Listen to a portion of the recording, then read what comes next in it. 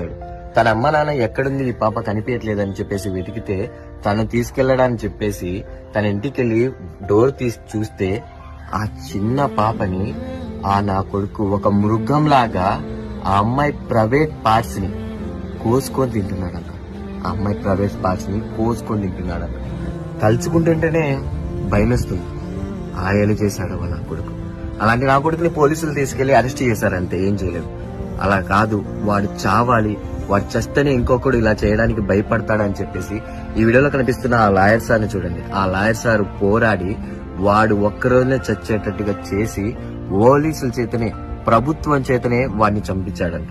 ఎందుకు మీరు ఇంత చేశారు ఆ పాప పట్ల అని అడిగితే ఆ లాయర్ సార్ ఒక మాట అన్నాడంట, నా ఇంట్లో కూడా 2 అమ్మాయిలు ఉన్నారు, అలాంటి పరిస్థితి నా కూతుర్లకు వస్తే నేను ఇలానే ఉంటానా, తను కూడా నా కూతురు లాంటిది, ఇంకో కూతురికి ఇలా జరగకూడదు, అందుకని ఇలా చేశాను అని.